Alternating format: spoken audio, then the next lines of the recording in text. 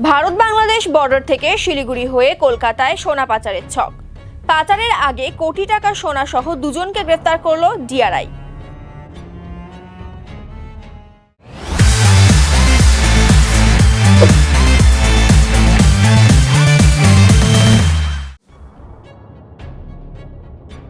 ধৃতদের নাম আসাদুল হক এবং বিকি হক, দুজনে কোচবিহারের দিনহাটার বাসিন্দা।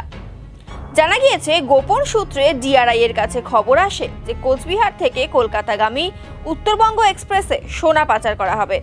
এরপরেই শিলিগুড়ির ডিআরআই ইউনিট কোচবিহারের স্টেশনে ট্রেনে তল্লাশি চালিয়ে দুই অভিযুক্তকে গ্রেফতার করে। দুজনের কাছ থেকে উদ্ধার হয় 28 পিস সোনার বিস্কুট। উদ্ধার হওয়া সোনার ওজন 3 কিলো 290 গ্রাম, যার বাজার মূল্য 2 কোটি টাকার বেশি। আজ ধৃত দুজনকে শিলিগুড়ি আদালতে পেশ করা হয়। দুজনকে 14 দিনের জেল হেফাজতের নির্দেশ দিয়েছে আদালত। আজকে দুজন ব্যক্তিকে শিলিগুড়ি এসিজেএম আদালতে হাজির করেছে। হ্যাঁ, তো তাদের নাম হচ্ছে আসাদুল হক আর বিকি হক। ঠিক আছে। তো এই দুজনেই দেওয়ানহাট এরিয়া, যেটা নাকি গীতালদহ দেওয়ানহাট কুচবিহার জেলা দিনহাটার বাসিন্দা। এদের দুজনে গতকাল উত্তরবঙ্গ এক্সপ্রেস ট্রেনে করে এদের যে ইনার ওয়্যারের নিচে স্পেশালি বেল্ট, সে বেল্টের মধ্যে সোনার বিস্কিট নিয়ে আসছিল। তো এটা খবর ছিল গোপন সূত্রে ডিআরআই এর কাছে। সেই হিসেবে ওরা গতকাল 12টা বেজে 14টা 20 মিনিটে ওদেরকে ইন্টারসেপ্ট করে, এবং সেটা হচ্ছে দিনহাটা এবং কুচবিহার স্টেশনের মাঝে। তারপরে কুচবিহার স্টেশনের ওখানে ওদেরকে জিজ্ঞাসাবাদ করার হয়।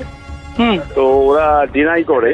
তারপর ওদেরকে সমন দেওয়া হয়, এবং যেহেতু লোকজন জড়ো হয়ে গেছিল, ওদেরকে বলা হয় যে তোমরা সমনের ভিত্তিতে আমাদের শিলিগুড়ি অফিসে এসে স্টেটমেন্ট দেবে, এবং ওখানে আসো, তোমাদেরকে সার্চ সিজার করা হবে। তারপরে ওরা সেই অনুযায়ী ওরা কালকে শিলিগুড়িতে আসে, সঙ্গে গার্ড ছিল। তারপরে শিলিগুড়িতে ডিআরআই অফিসে ওদেরকে সার্চ করে ওদের কাছ থেকে পাওয়া যায় মোট 28 পিস গোল্ড বিস্কিট।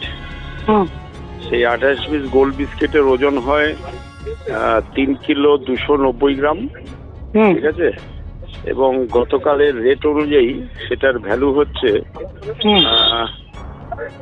2,49,05,300 টাকা। আর না, ওজনটা হচ্ছে 3 কেজি 290, আর ভ্যালু হলো 2,49,05,300 টাকা।